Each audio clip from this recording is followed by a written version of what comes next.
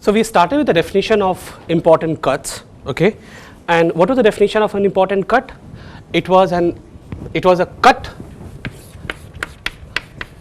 XY was called an important cut if R, what was this? Important, delta R is important if there is no XY cut delta R prime such that, I mean,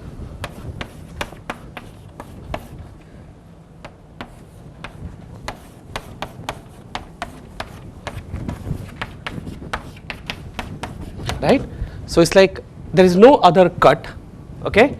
So what was an XY cut? It's basically a set of edges which disconnects X from Y, and we defined that, okay, these edges can be thought of as edges emanating out of set R, which is basically we got this set by getting the reachability set starting from X, okay?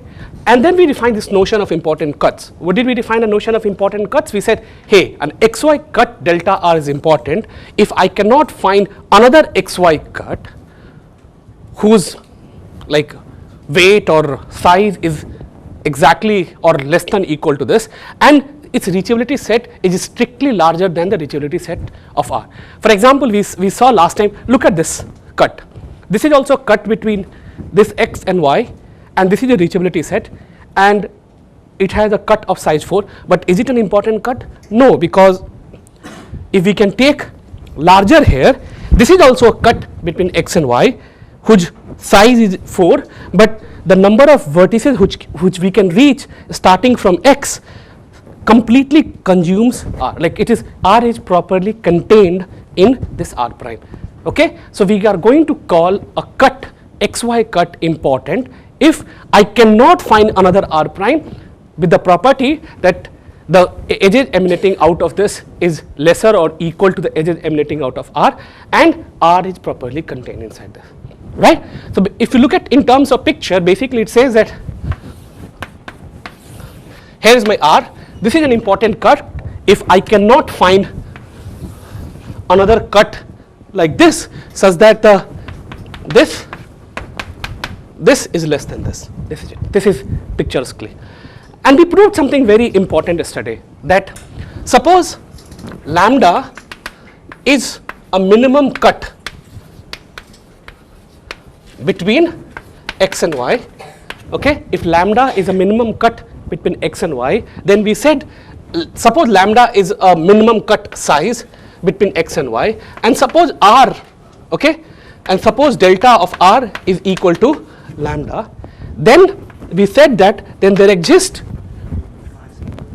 R max and R mean, R max and R mean such that R min is contained inside R, which is contained inside R max, and what is the property of delta of R min? Is equal to delta of R max, which is equal to lambda, right? So given any cut, we can find another, we can sandwich that cut between R min and R max, okay, of equal size, right? And hence, how many important cuts are there of size lambda? There is only one, because you come up with any cut, I am going to sandwich, and this is unique. Then there exists unique R min and R max such that this happens, right? Which means that the number of important cuts, the way I have defined, is exactly equal to 1 if we are talking about a minimum cut, like important cut of size lambda.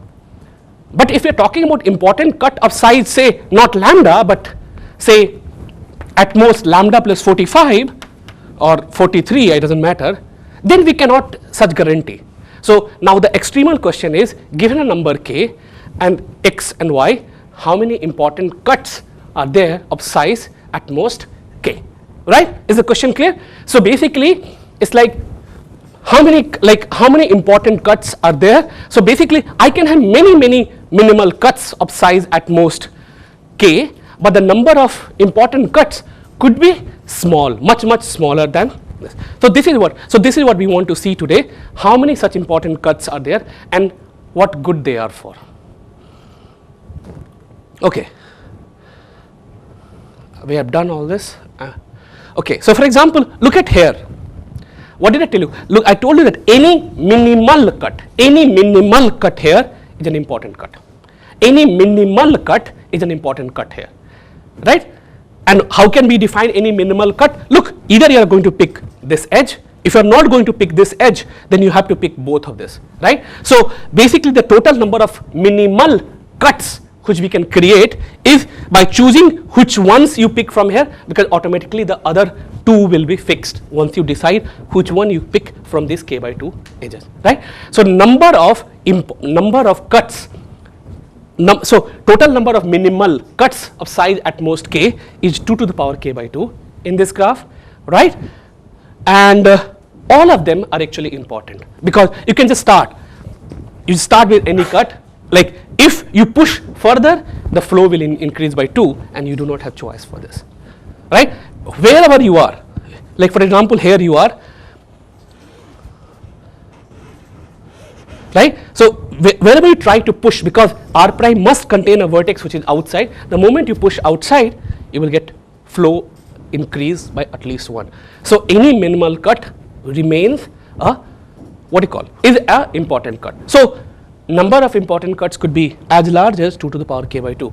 What we will show now is that they are not too many. They are only 4 to the power k. And in fact, we will give another lower bound which will actually match that 4 power k. Okay? Is the goal clear? So we have we captured everything from last day? Okay. Okay. So let's start with a property. Okay.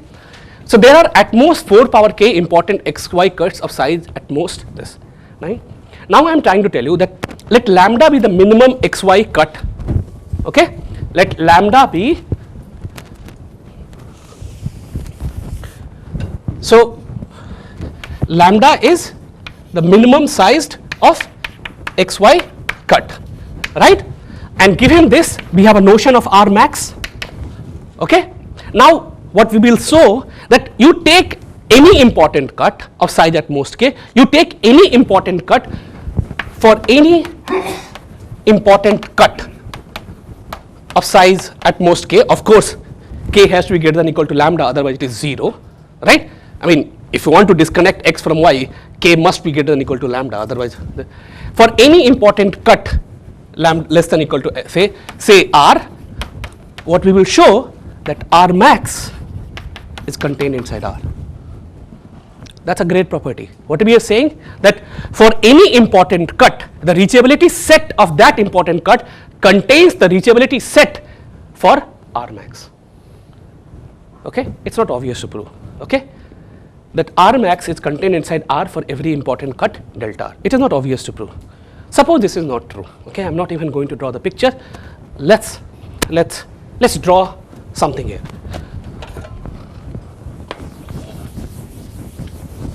So you start with an important cut of size R and you have R and R max.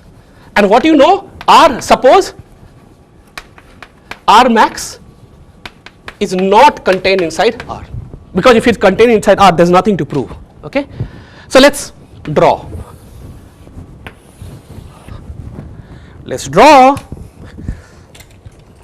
This is my max and this is R, and both of them contain x and both of them contain y outside. Agreed? Now let's apply submodularity here.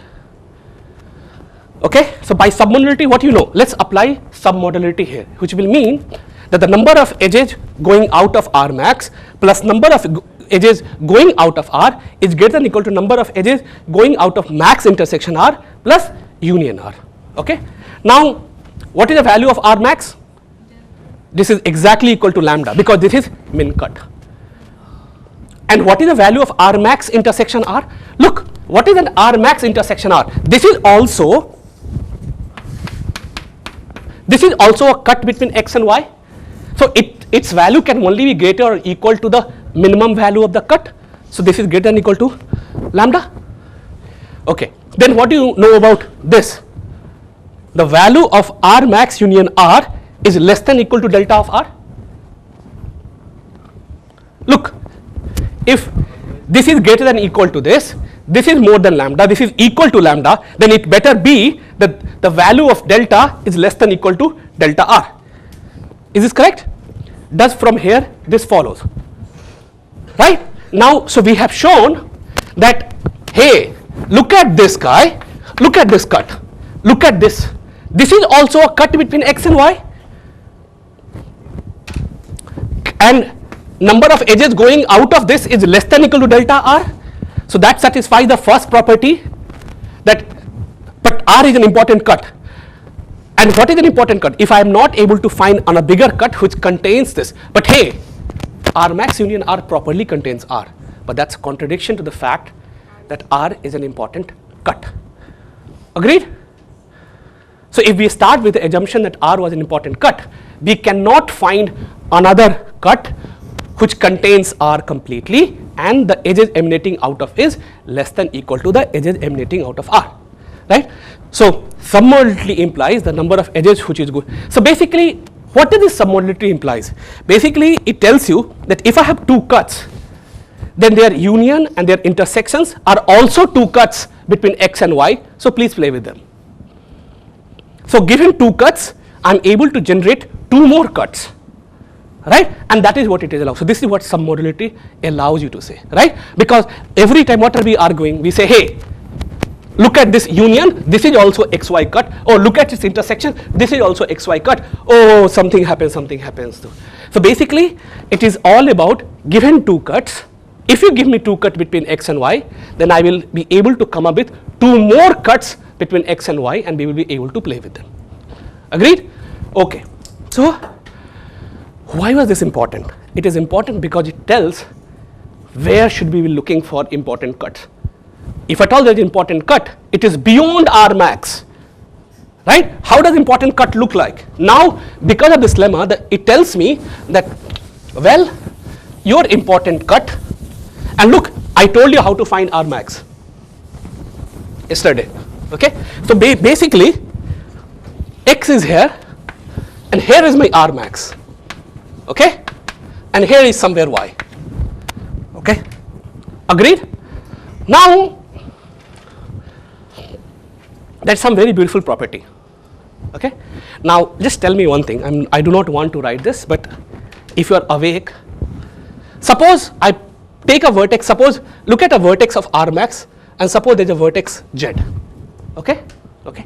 Now, let's look at what is the separation number between R max union z. Suppose z is not in y for a moment, okay? If it is in y, we will worry about something else.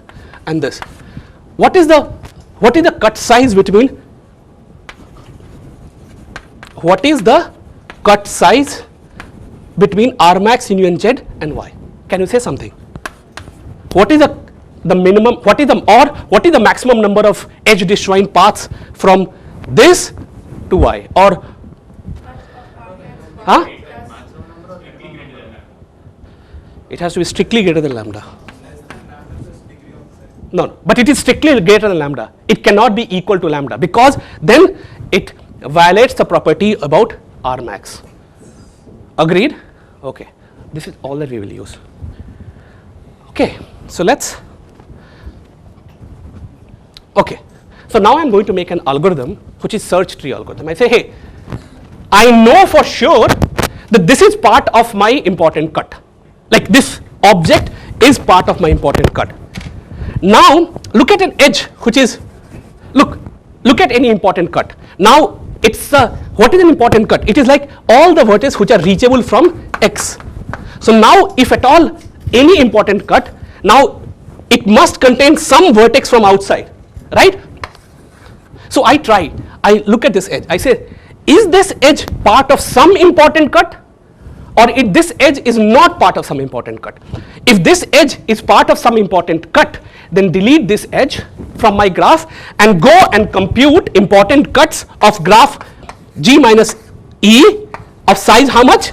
K minus 1. So like this is a branch. Suppose this is an edge, Okay, E is part of some important cut.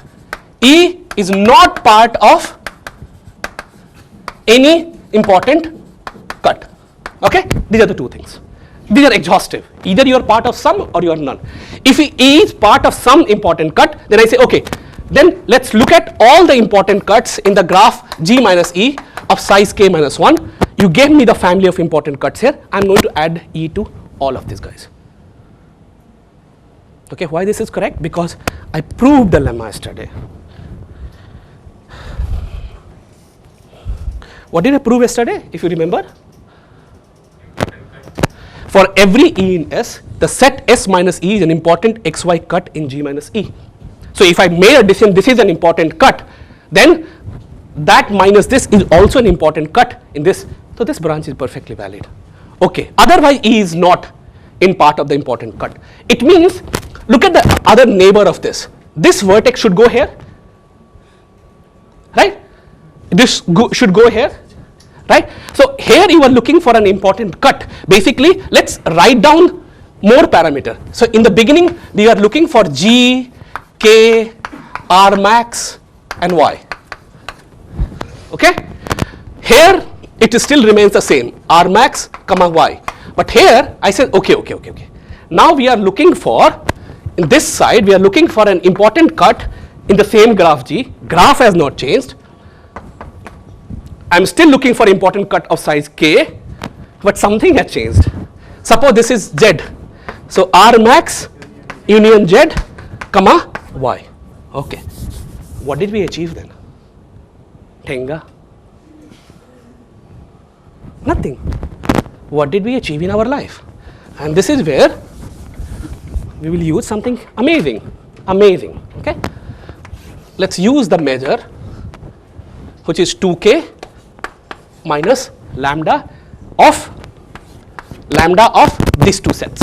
Okay? Whatever lambda of, okay, third coordinate, comma fourth coordinate. This is what it is. This is what it will be. Now let's look at this side. What happened? I don't know whether lambda decreased or not, or lambda decreased by 1, right? No?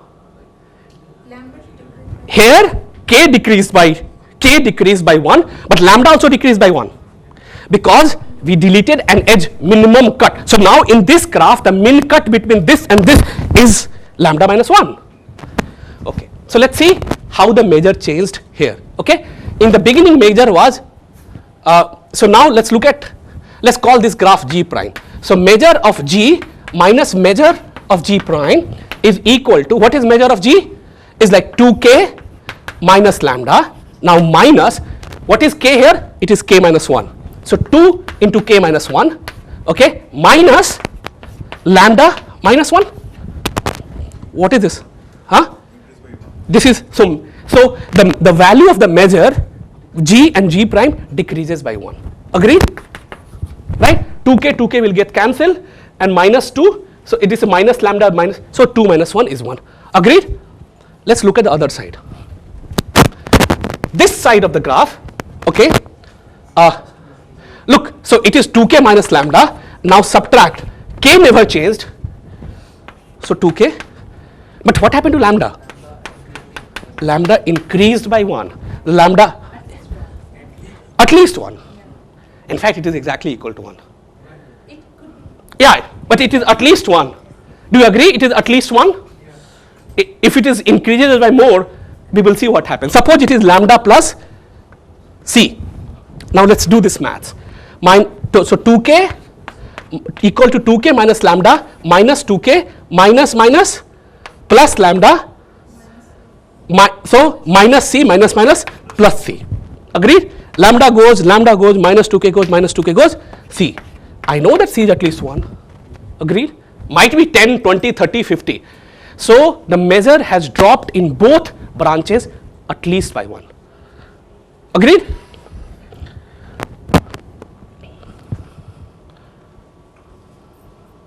Okay? So this is what, so branch 1, if UV is in S, then S minus UB is an important XY cut of size at most k in this edge. So you do this. Or if UV is not in this, then S is an important X union V X union B, where X equal to R max, cut of size at most K in G, and this is what I explained to you, right? So what is the height of this search tree is? At most, measure. So the total number of height of this search tree is 2 to the power mu, which is 2 to the power 2k minus lambda of xy in the beginning. So okay, even if lambda is 0, it is like 4 power k, at most 4 power k. Agreed? Understood? Why take 2k minus lambda? Why not just take k minus lambda? Then I cannot say, I'm not sure I can say something here. It will never happen here. Now, yeah, they cancel out each other, so I increase. But now, look. When you make a branching algorithm, you have to be careful. What happens when the measure is 0? Right? Yeah, very nice. But what happens when the measure is 0? If this is basically proof using induction, right? So in this branch, I have 2 to the power mu minus this plus 2 to the power. So if you sum them up, this is less than equal. But what is the base case? There are some base cases, right? The base case is, let's see if, no, wait. What is the base case? When measure is less than equal to 0. What is the meaning of this? Look, if lambda is more than k, if lambda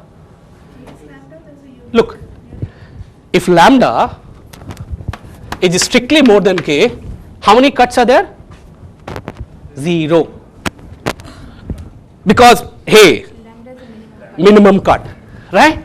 So basically it says that when lambda is more than 2k, this, yeah, sure, 2 to the power 0, yes, agreed. Base case is perfectly fine. Right? What is the base case when measure becomes 0? So what is the meaning of this? But at that point of time, lambda is greater than equal to 2k. Yeah, sure, anyway we should not be finding anything because lambda is too big compared to 2k. You see the point?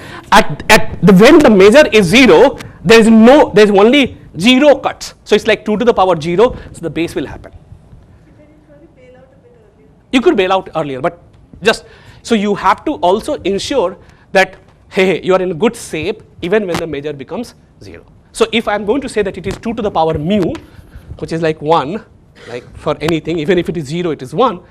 But at that point of time, anyway there are 0 cuts, so 1 is a lot. I mean, we are counting too much. Is that correct? Is that? I mean, that's a basic idea about any branching algorithm, and this is an amazing measure which happened. Okay. And this bound of 4 power k, which we just now found, is essentially tight. I think it is tight. Okay. So you have x here, and you have this tree here, and here all the leaves are y. And I claim that any subtree with k leaves gives an important xy cut of size k. Why? It's a binary tree. So it's just that we generalize the example from before. Is that, oh, if you just go away, if you don't take this and try to go away, the cut size will increase by 2. So any object here which has like any subtree with k leaves gives an important xy cut of size k. So basically 1, 2, just go back, like pull up this here. So it's like 3, 4 here, right? Now, how many such trees are there? For example, in this case, it is this, right? So like 1, 2, 3, so like leaves tells you the edges going out. So k edges, right? Basically, you are looking for a tree where k edges are emanating out. That's it. How many such trees are there? Catalan number. The number of subtree with k leaves is a Catalan number, which is like 2k minus 2, choose k minus 1, which is like 4 power k divided by poly. Like convince yourself. That's not, I mean, this is something which you can go check yourself rather than I trying to teach you that, oh, this is this. This is not the main objective. So I just want to tell you that this is tight. Okay? Tight means tight up to polynomial factor. Tight up to polynomial factor. Okay? So we gave an upper bound, and I have given you a family of graphs where this bound is more or less achieved. Agreed? Any questions, any doubt? because now we will make a jump.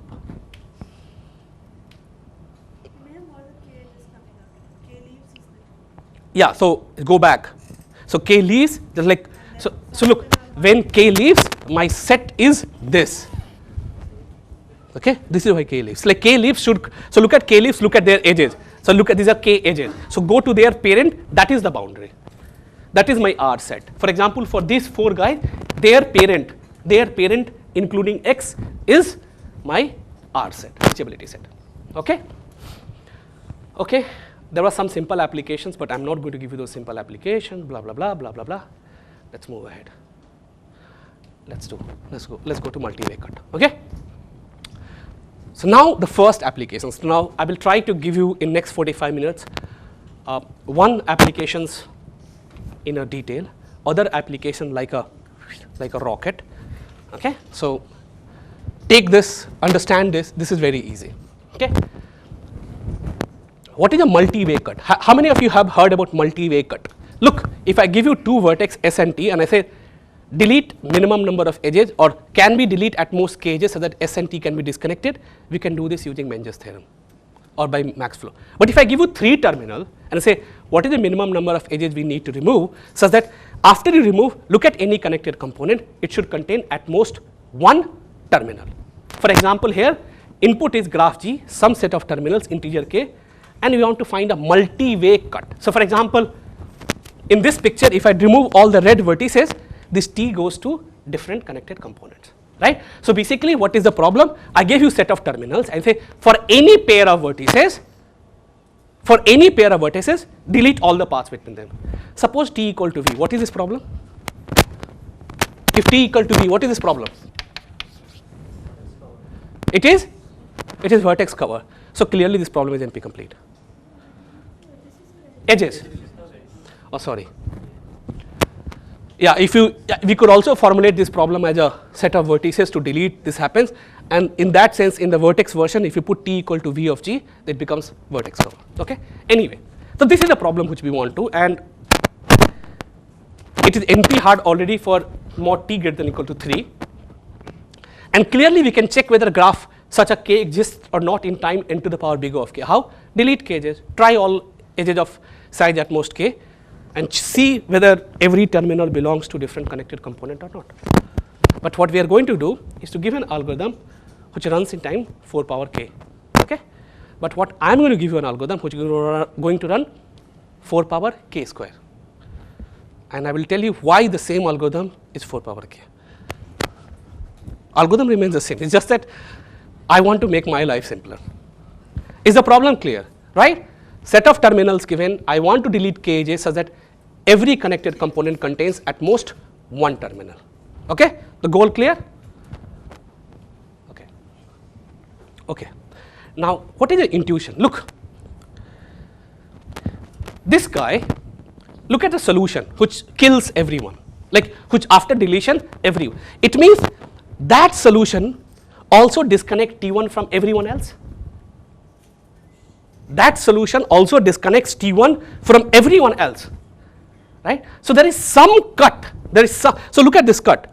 Now, suppose I am T1 and there are other people, it's good to take a cut which is as far away as possible from me, so that, look, I need, this set of edges needs to disconnect me from someone else. But if I probably take it as far as possible from me, there are chances that it might be able to help cutting some other terminals, like paths between other terminals. That's an intuition. I'm not saying this is the maths, okay? But what is an intuition? That it's quite clear, right? If I am T and if I go far away, I'm like with my buzzard, right? Then it might be a good idea to disconnect this T from others with a cut which is as far as possible from me. Agreed? Let's make it that as a formal intuition. What I mean by this, okay? So consider a terminal T, a subset of the solution S is also T minus T cut. Solution also disconnects T from everyone else, right? As I told you some time back. And there are many such cuts. Okay, so there is one stupid algorithm. Let's make one stupid algorithm for this problem. Look.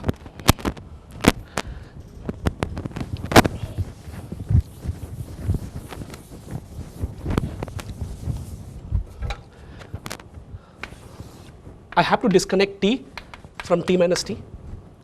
Look at your solution. I claim there exists a S prime subset of S which is t minus t, which is a minimal cut between t and t minus t. Do you agree? I say, look at your optimum solution. It definitely disconnects t from everyone else. Then I say, if this is, then there exists some subset in S which is a minimal. I'm not saying minimum. It's some minimal t minus t cut. So S separates everybody. S separates everybody. Okay? And why? Okay. Start with S. It definitely t separates from everyone else. Delete one edge. Does it still separates t from everyone else? Yeah, then this was stupid. Delete this edge. Now pick another edge. Does this still does? Yeah, forget it. Pick another edge, delete. Does it still disconnect t from everyone else? Yes. At some point we'll say no. Now if you leave some more edge, then this does not disconnect t from t. So there is some minimal cut, minimal, in the sense that, okay, no subset of this is a cut between t. Suppose if we knew somehow that the number of minimal cuts between t and t minus t is f of k. Suppose somehow we knew that the number of minimal cuts between t and t minus t is some f of k, and somehow I am able to enumerate all of them. Then what I know that, look, one of this subset is definitely part of my solution S. So what is the algorithm? I say, okay, I must disconnect t from t minus t. Let's branch f of k ways, and in each we try to disconnect t from t minus t. We know that at least in one branch we are correct, and we have made progress because we have at least spent some number of edges disconnecting t from this. Okay, now what we'll do, we'll pick up those vertices, those pairs which are still connected, and enumerate them. Now this search tree is going to be of depth at most k. So this algorithm is going to run in time f of k to the power k. So if this is an algorithm,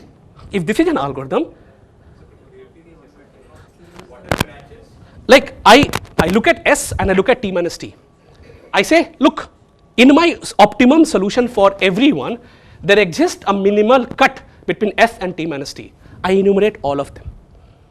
And in every branch, I say, okay, either this cut is there, or this cut is there, or this cut is there. And in that branch, I delete those set of edges, and for the next set, for the remaining graph, I do the same. So each of the branches basically an FK subset of the set S, Some, at most, k-size subset. not necessarily S. No, I don't know.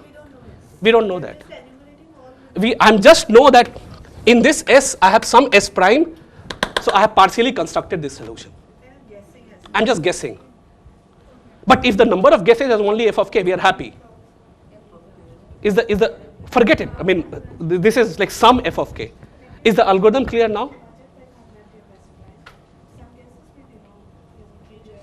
Exactly, right? So the moment the budget becomes more than k and we cannot separate, but is the algorithm clear? Is the algorithm correct, right? I'm recursively trying to solve, okay, either this is in my solution, or this is in my solution, or this is in my solution, and I'm writing recursively, okay, if for any of these branches, I get a solution of size at most k, which disconnects the remaining object, then say yes, else no. Why this is correct? Because in one branch, I will enumerate this S prime, which is part of the solution of size at most k, which we are seeking for. Agreed? No? Yes? No? Are you still confused? Anyone? Please ask. It's okay. How do you enumerate the cuts? Like everything is black box. First of all, there are n to the power k cuts. So we cannot do this. This trick is stupid. This is completely stupid. But we will model this very separately. We'll say, hey, we don't have to worry about all minimal cuts, but we say, hey, between S and T minus T, there is some important cut which is contained, there exists an optimum solution which contains some important cut, then we are in business. If we prove this lemma, then we are in business. Why? Because then we will enumerate all important cuts. That we know how to do it because I gave you algorithm in the last slide. How many of them are there? 4 power k, 4 power k. So 4 power k square algorithm. Okay. So the only thing which remains to show is that rather than enumerating all minimal cuts, it is good enough for us that we enumerate all important cuts. Okay. Goal clear? Let's prove.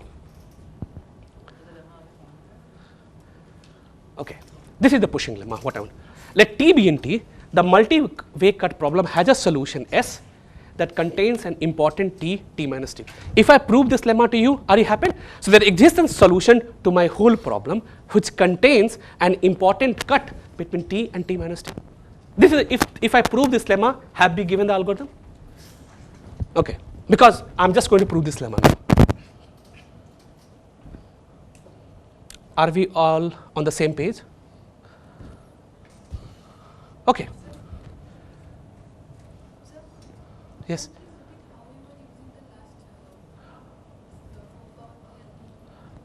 I'm just, suppose if I prove this, then I know that there is a solution which contains an important cut between T and T minus A. Suppose I prove this. Let me write the algorithm. This is an algorithm. If every vertex of T is in a different component, then we are done. Let T be in T and be a vertex that is not separated from every T minus T. Maybe it is separated by some, but it is not separated by some vertex in T minus T. Branch on a choice of an important T, T minus cut S of size at most k. Let set G equal to G minus S, K equal to K minus S, and go to step 1. Keep repeating this. Okay? We branch into at most 4 power k different direction and at most k times. So the total depth of this tree is 4 power k into to the power k, which is like 4 power k square. So this is the whole algorithm. Okay, but the important thing is branch on a choice of important T minus T cut of size at most k. Now, why this is correct? Right? We need a lemma to prove this. When I was talking about minimal cut, it is okay because I gave you a proof. But we are saying that not all the cuts are important, only important cuts are important. Okay? Okay, let's go back. So to prove the correctness of the algorithm which I just now described, I'm going to prove this. It's 2 line. Let's keep the picture. So let R be the vertices reachable from T in G minus S for a solution S. So S is my solution. Delete it and look at all the vertex which T can reach in this. So this is the vertices which can reach and some edges. There could be some red edges here also, but there are some red edges. Now, if this is an important cut, nothing to prove. If this is not an important cut, what is the meaning? There exists another guy, R prime, so that the number of edges emanating out of it is less than equal to the red edges which were emanating out of it. So now I am making you another solution, which is S prime is S minus delta R union delta R prime. Size bound is correct. I removed some, added some, and by the property of important cut, the size of delta R prime is less than equal to delta R, and hence the size of S prime is less than equal to mod S. So size bound is this. Now the solution. Why this is also a solution? We have to show this. Now if this is not a solution, why? Clearly, notice one thing. Clearly, this also disconnects T from everyone else because it is an important T, T minus T cut. So that is okay. Only problem which can happen is that 2 vertex which were disconnected in the solution because of these red edges now get connected. Now, is that possible that, look at some terminal, okay? Now, is this possible that that path uses a vertex from R? Look at that path, okay? Look at 2 guys. Is this possible that this guy goes and comes here? It cannot use a vertex of R because if it uses a vertex of R, it has to pass through blue edges and that would have separated this path between U and V, okay? So it means that path is disjoint from R, it means it is disjoint from red, but then how did you say that what you had was a solution? if it is disjoint from R, it means it is disjoint from red color. It means I have found a solution which is disjoint from all red edges, because these are the only red edges which we have put back. But then you said that your red edges formed a solution for everything else. Okay, this is it. This is just two-line argument. Okay, so let's repeat. Suppose this is not a solution, then I can find two terminals. Okay, I can find two terminals which has a path between them. Now, can that path contain a vertex from R? No. Why? Because there are many ways of proving this. If this vertex contains a path from R, then you have a path from T to this and to that. But that's not a separator. You can also think in this way. Why it cannot contain? Because if it contains a vertex from R, then it must contain one of the blue vertices, blue arcs, blue edges, and that is not happening. So it cannot contain any vertex from R. But then this whole path is disjoint from red edges. But your red edges was supposed to be solution for the whole problem. That cannot happen. Okay? So you're saying red edges were not red. There was something else as well. You deleted. Look, what did I do? These are the red edges which we added back. Rest all the red edges. Look, what is my solution? They are all deleted still, right? Look, if at all this formed a solution, if at all, look, so some red edges we did some patching up. This is what we did, right? S minus delta R union delta R prime. So all other red edges we are anyway deleting from the graph.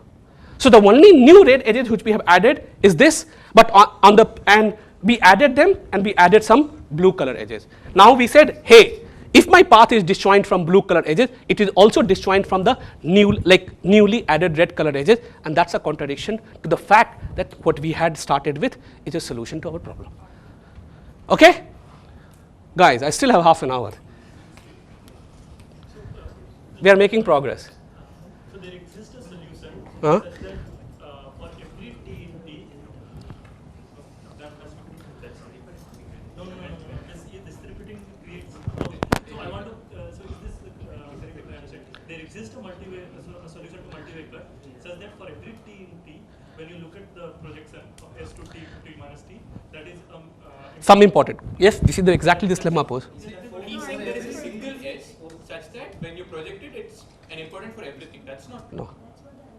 This is for You just fix some S. You just fix some, like there is some T there's an S, but fixing an X, it's not true. That need not be a single solution. This is It's true. an important for everything. No, that's not true, right? Because look, this, which is that S prime? That S prime is this S prime, right? Right? So now this S prime will change whether you started with T or T1 or T2 and the remaining guys, right? So I will go to a solution. So this one says that I go to a solution where, but so see, when you add these blue edges, you're not going to touch them. No. So even if you touch them, No, I'm going to delete them. no. No. It's, in that it's going to your set. You're Yes. taking the red edges back in your graph and taking your blue edges. Yes. But these edges are not going to touch when you are doing, means when you are, so like suppose you started with T1, you found important cut separating T1. But that could be an important T and some other subset important cut between that subset, because you already have disconnected some things. Not with everyone. Not with everyone, right? So his problem is in the algorithm we want important cut for everything. So what you'll do is you will take a new. Look, I said, look at fix one T and this. This also needs to be disconnected. But I'm saying this can be disconnected from all of this by some important T and this cut. Okay? This is it. In recursion, you are left with a different graph and different set of terminal. Look, some terminal would have already been disconnected. So yeah, sure. So that's what I'm saying. So projection to each of these terminals. It may not. No. A particular solution may not. Okay, on a new graph it's important. Yes. Yes. So it is union of course, my algorithm is union of important cuts for all this, but these important cuts gets defined during the algorithm based on the graph and which terminals we need to separate. Okay? But what we need is just a starting point. Okay? Because things change, definition of, because the lambda value itself will change, so R max will change and everything will change. Okay. I will leave this problem, multi-cut. So now we can ask even a difficult question. What is a difficult question? Graph G pairs S1, T1, SL, TL and say, hey, up until now I gave you a subset of terminals, say for any two vertex in this, you have to disconnect one from them. But I say, no, no, I do not care about everyone else. I want you to disconnect S1 from T1. All the paths from S1 to T1 should be disconnected.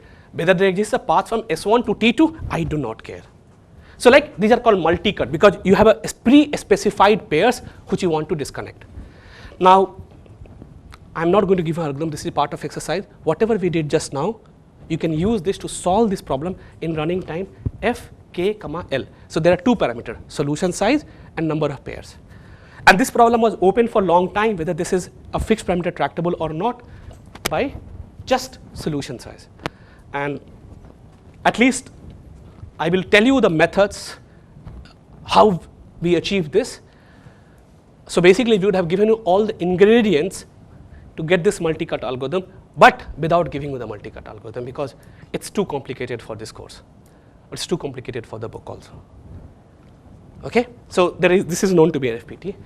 I'm not going. Deliberately not doing the 4-power k analysis. What 4-power k analysis? This is 4-power k square, right? Yeah, no. I mean, but you know this algorithm, you can actually make it to work in 4-power k. This is a 4-power k algorithm. Why? Because look at this. If the measure dropped, so you appropriately write the measure.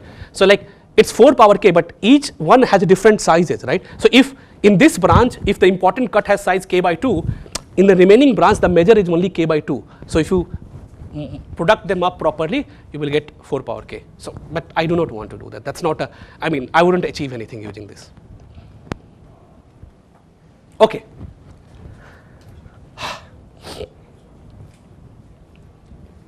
Okay, so now I want to teach you, look, with very similar flavor. So I want to teach you an algorithm for directed feedback vertex. It was not too heavy up until now. Okay, so let's get some heavy thing. Okay, so now I want to generalize this notion of important cuts in directed graph. Now, what do I define? What is my delta? Now I have a directed notion. Delta prime of R is a set of edges which is leaving R, not coming into R. Okay, because in directed graph we could have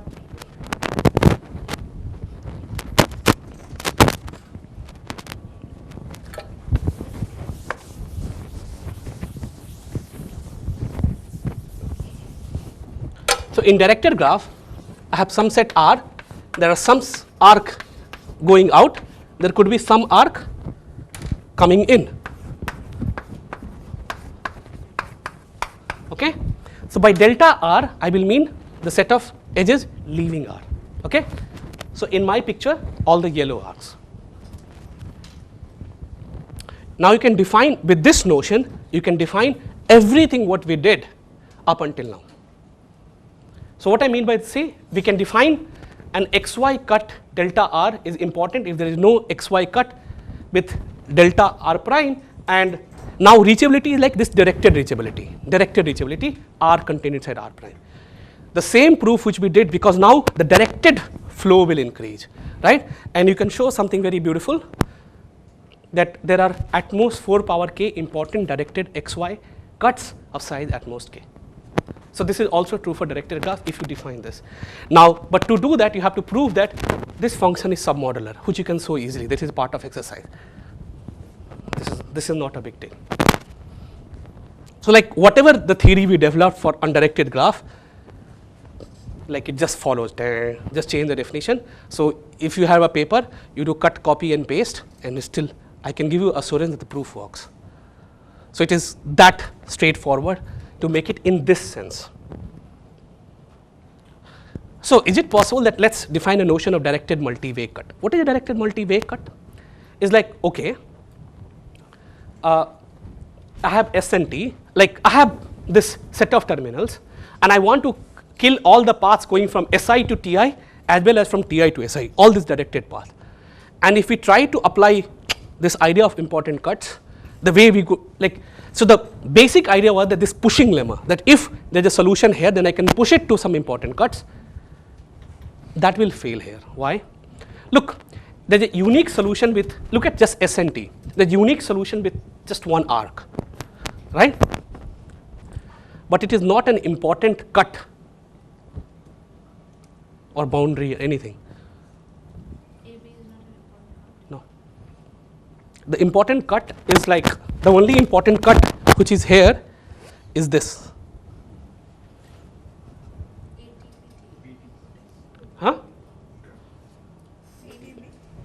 AT and BT. This is the only important cut.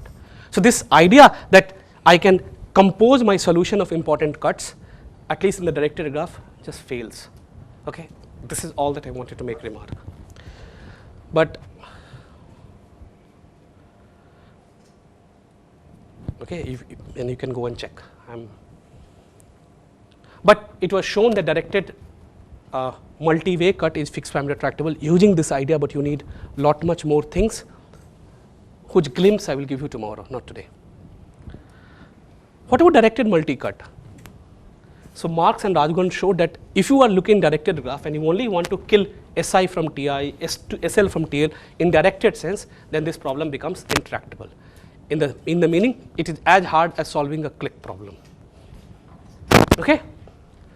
So no luck, no luck, no luck. Okay, I'm not good. Okay. But there is, so like, I mean, you have a hammer, you try all possibilities, it doesn't work, then you find a version where your method works. This is a usual research. So we have found a version where everything what we did just works. And amazingly, it is useful. So most of the time it is not useful, it is useless. So we define a notion of skew multi-cut. What is skew multi-cut? You have a graph G, pairs S1, T1, SL, TL and integer k. And what is the goal? You have to find set of k directed edges such that G minus S contains no Si Tj path for any I less than equal to j. So basically, I mean, there should not be path from SL to any of these Ti's, but it could, look at some Ti, it could have path to, any Si could have path to higher guys, but it should not have path to any Ti which is before him. So it's like you have been given an ordered pair, right? So for example here, S1, T1, S2, so like S4 must disconnect from T3, T2, T1. S3 must disconnect from T3, T and T1. S2 must disconnect from T2, T1. But I do not care whether there exists a path from S1 to T4 or S1 to T3. This I don't care. Okay? You have some question? The way it's written seems to it's other way. It's other way around. Why? SI, there is no path from SI to TJ whether I is less than or equal. So from S1, it must disconnect to all T1 up to T4. I think the red edges are the paths that are From not S2 paths. to T1, whether there is or not, I don't care. But Yeah, you're right. it should be from T2. It should be from T2. You're right. Let me check. In which version we use? It doesn't matter. We can just take any of this version, but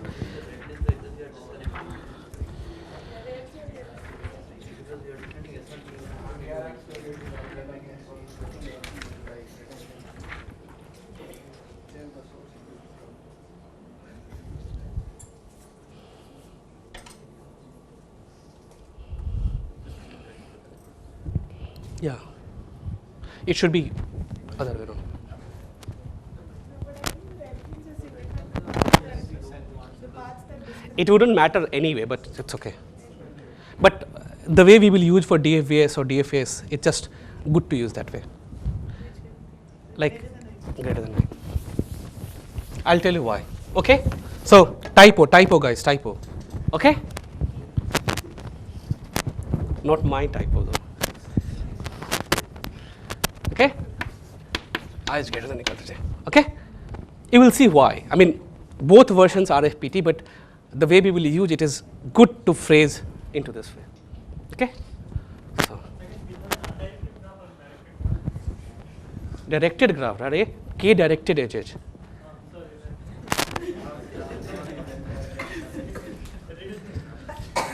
I still have 15 minutes, and I have to show you some slides for them.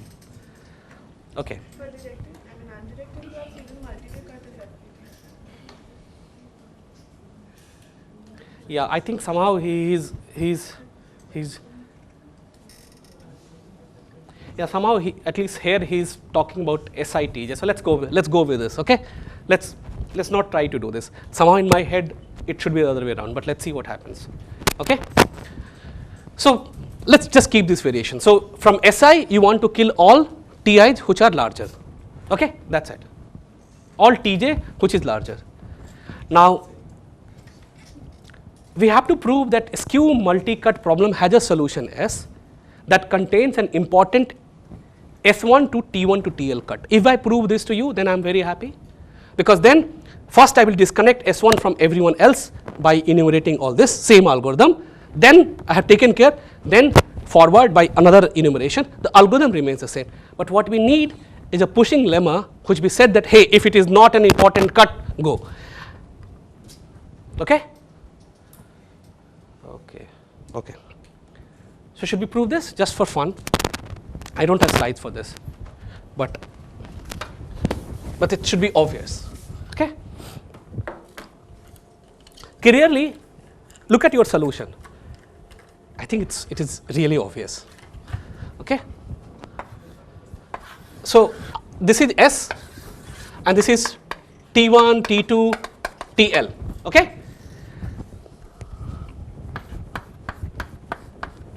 Okay, and this is R.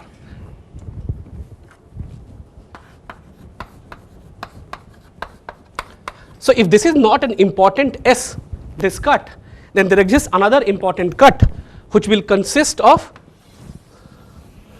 right? And let's draw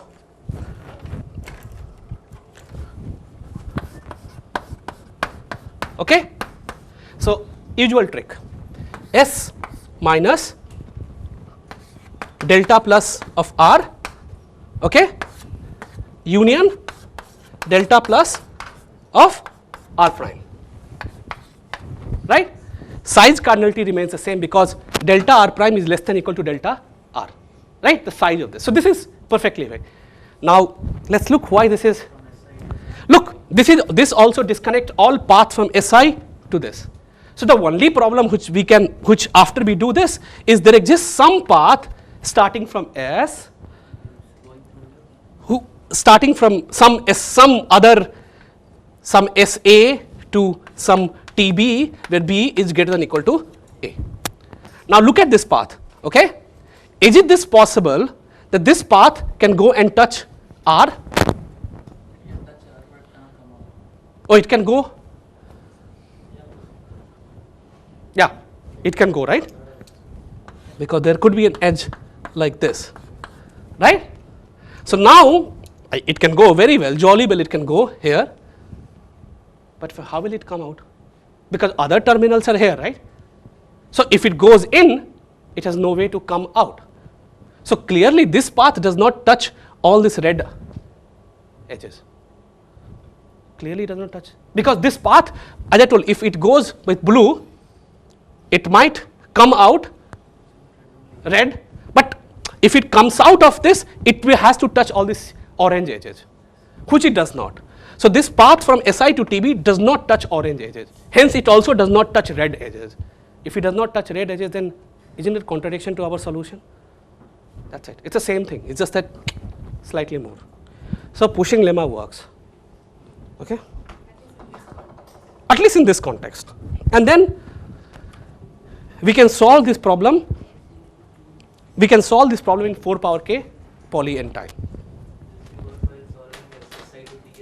Huh? This idea was during multi-way cut. Yes. But just wait. How is this helping? Because S has disconnected everyone. Whichever S needed to disconnect, it is already disconnected here. That's the point. I mean, what's the issue with T to T minus T prime? T2 to? T to T minus T prime, for which you showed the counter example. I didn't get the point. Yeah, so in the beginning you said that in general pushing lemma doesn't work. Yes. For directed. Yes. Because for example, Neil, just imagine if I had another pair which I also needed to kill Ti to S, then that Ti can come to blue edge and come to S for all that I care. So if I have a paired things, it may not even work. Right? And if I have all possible pairing, I mean, yes, this is, but that does not mean that I'm able to cut from here to here.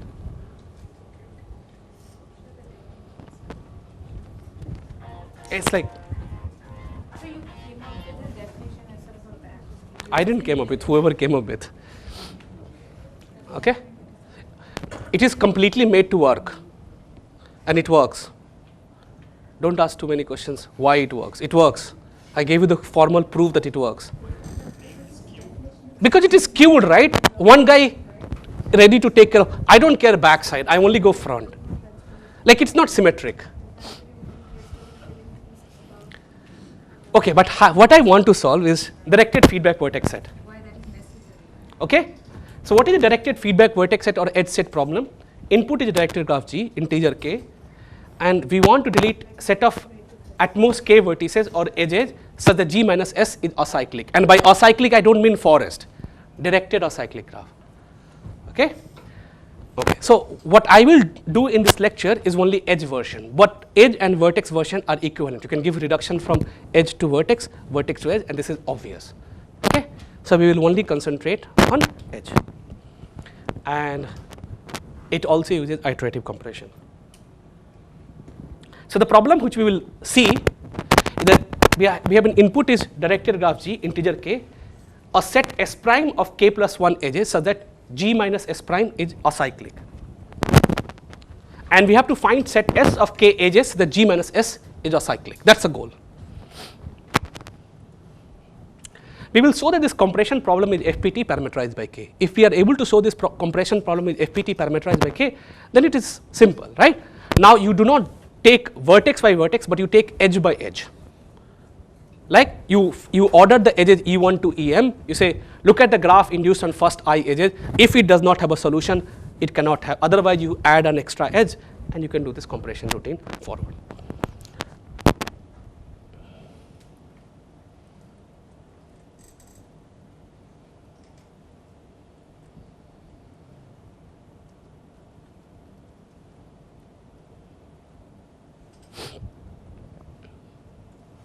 Okay.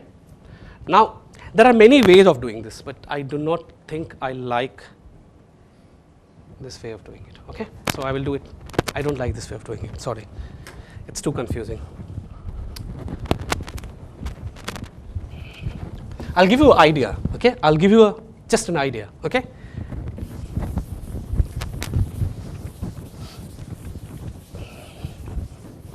This is a really ugly way of doing this. Okay.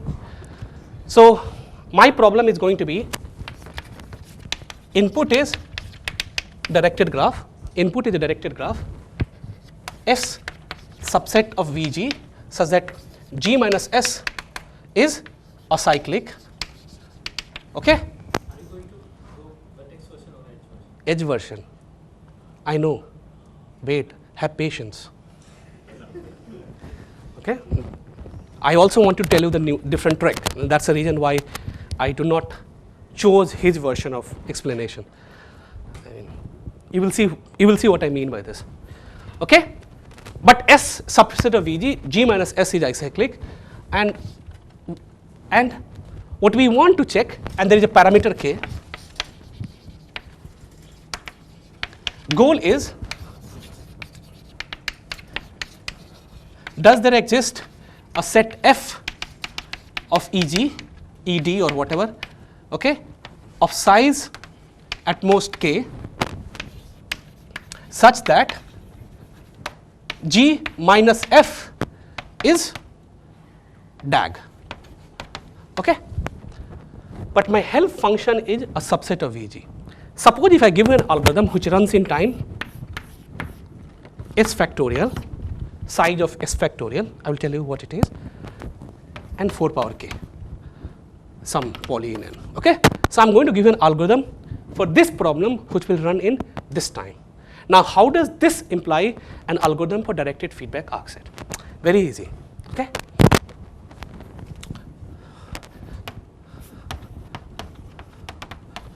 Vn. Okay? So my graph di is basically d Vi. Okay? Suppose I have a solution, edges of size k, some f. I need my S. What I do, just pick one vertex each from these arcs. Clearly, if I deleted this edge, it become directed acyclic graph. If I delete this k vertex, it still should become directed acyclic graph, right? Agreed? And so, when I go for the next vertex, like di plus 1, okay, di plus 1, I have a set of edges which is a solution, pick one vertex from each and Vi plus 1, that is your help function. And this is the trick which you use primarily for the when you do iterative compression for edge version of the problem. Seri, clear? Okay, fair enough. So this is what I am going to give you. Now this S in this process is never going to be more than k plus 1, right? So this algorithm will become, okay? Is the idea clear? So if we are able to solve this problem, then we can solve the directed feedback arc set problem. How? By doing a normal iterative compression, right? At every point of time, so for this we have some k edges, k arcs whose deletion makes this directed acyclic graph. How do we get this set S for the next?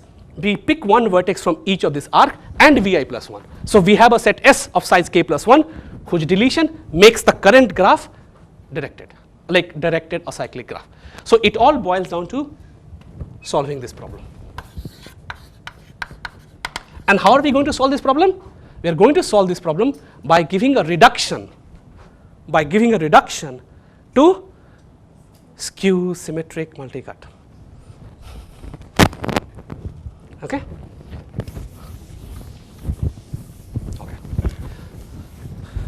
So let's go step by step. It's very easy. Okay? I have been given this S. Look, suppose my F is my solution. Look at G minus F. What is the property of G minus F? Is a DAG. It means I can V1 to Vn, there exists a topological ordering so that every arc forward. Agreed? Now I guess how the vertex of S looks like here. Right? Look, this particular permutation induces a permutation on S. Pull this out. Right? Pull this out. How many such permutations are there? I don't know this permutation, but I can guess how does the vertex of S looks like in this solution. There are mod S factorial. I told you, right? I will solve this problem in mod S factorial something. So let's fix a particular guess. Okay? So let's fix a particular guess. So how does it look like? S1, S2, S, some SP, where P is cardinality of S. Okay? So I fix some permutation. Otherwise, we will go over each of them. And now we want to find an answer to our problem. Is there a feedback arc set of size at most k whose deletion gives me a topological ordering where this is respected or this is preserved? That is our goal. Agreed? Agreed. Everyone agrees. Perfect.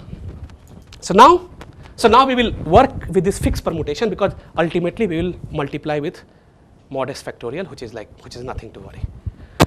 Okay, now what should we be doing? I will finish it, don't worry. I'm not going today without finishing it. So even if you look at there, because it's a beautiful algorithm, so you should anyway know.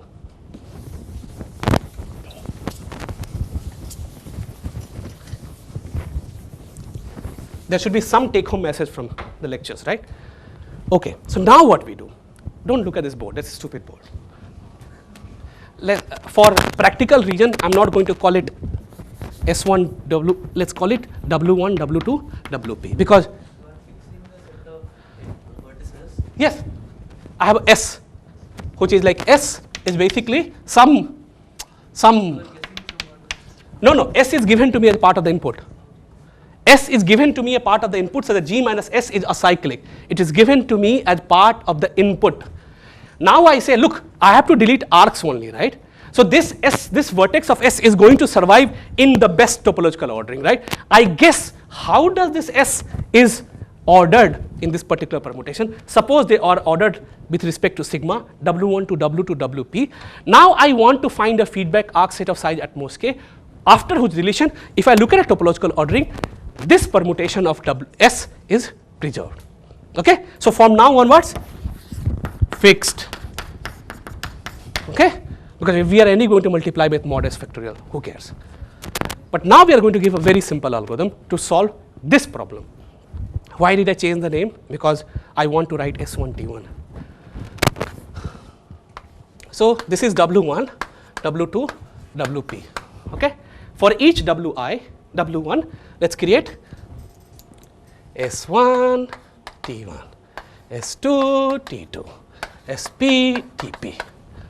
Okay? It's a usual thing. How should it go? S1 is source. Sorry. Because, sorry, I mean, all of us can make mistake. Okay? Just for fun.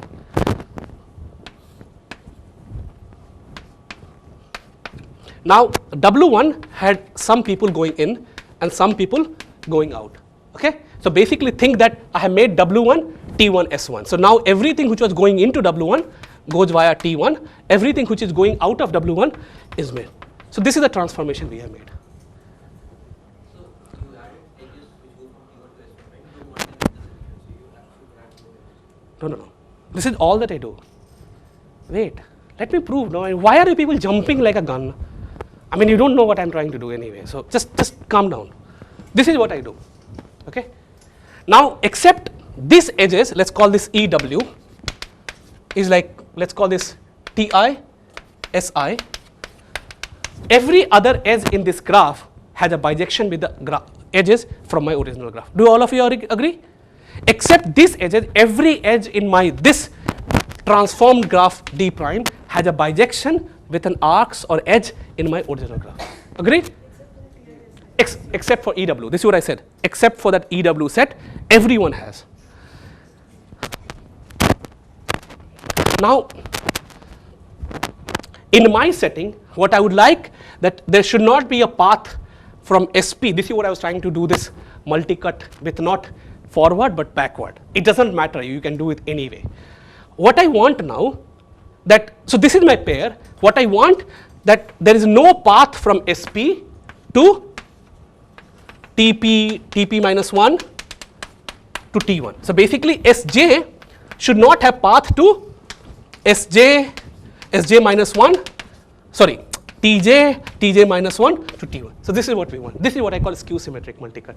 The way we did the other thing, even this version can be shown to have an algorithm with running time 4 power k. Okay, so this is what I want, what I mean by skew symmetric multicut.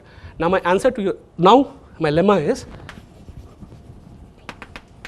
okay, there exists a solution of skew symmetric multicut, this instance of size at most k, if and only if D has a feedback arc set of size at most k compatible with W1 to WP.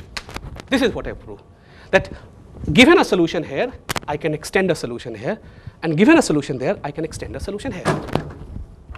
Okay? Let's go through the proof. 10 minutes and then we are done. No. Maybe we don't need it. Why do we need it? I mean, because his proof is a bit mysterious. I don't like it.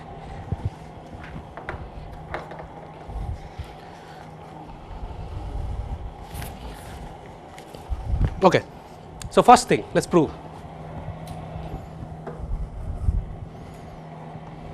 Okay. So first thing what I want to prove is the following lemma. If there exists a set F, subset of EG, ED or whatever, of size at most k, such that G minus S is a cyclic and induces a topological ordering W1, W2 to WP, okay?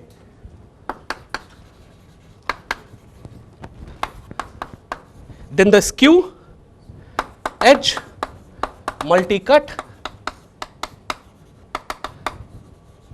has a solution of size at most k, right? So I said, okay, if I have a feedback vertex set, feedback arc set of size at most k, then this skew symmetric multi-cut problem which I posed for you has a solution of size at most k. Why? How? I said, let's try. I may not be able to do this, okay? So suppose f is a solution. I claim that the same f works here. I claim the same f works here. Suppose not. Clearly this f in this graph has a natural bijection to the arcs here. They are not EWs, right? Now, what is the meaning that such a things exist? Now, it means there exists some path. If this is not true, it means there exists some path from Sj to Tj, Ti, where I less than equal to j. Agreed? Suppose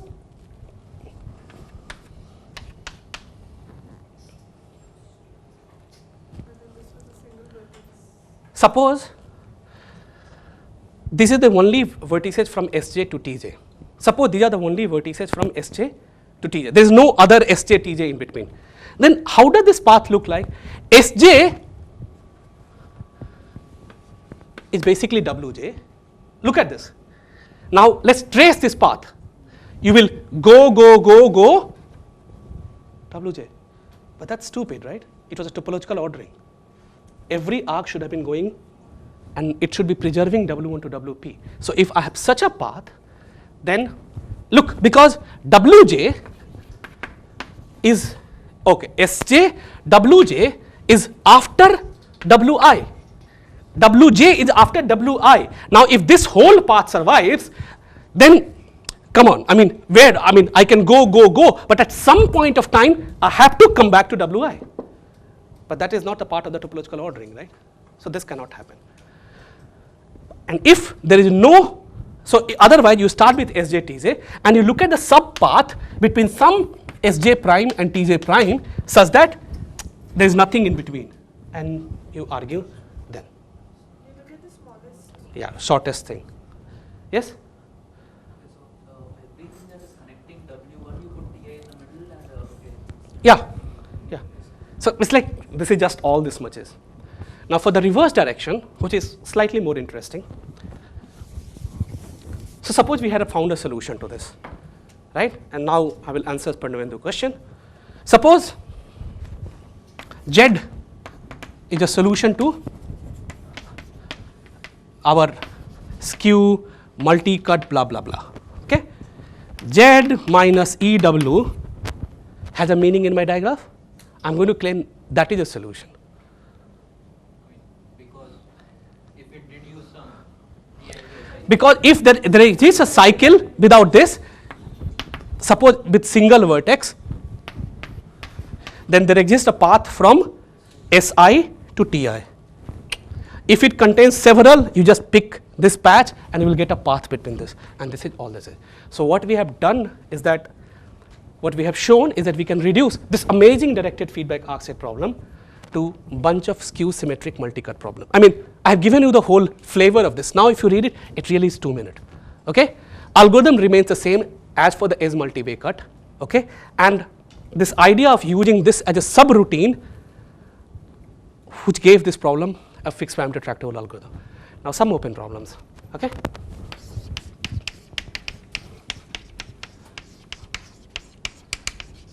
Okay? So basically the running time of this algorithm is k power big O of k, or 2 to the power big O of k log k, because it is like k plus 1 factorial into 4 power k, right? Is this optimal? In the sense, can we do better even for planar graphs, even for planar digraphs, but vertex version, not arc version, because directed feedback arc set on planar graph is polynomial time solvable. Does directed feedback vertex set, directed feedback arc set has polynomial kernel, polynomial sized kernel? I don't know. any news on this is a paper. Okay, I'll end here.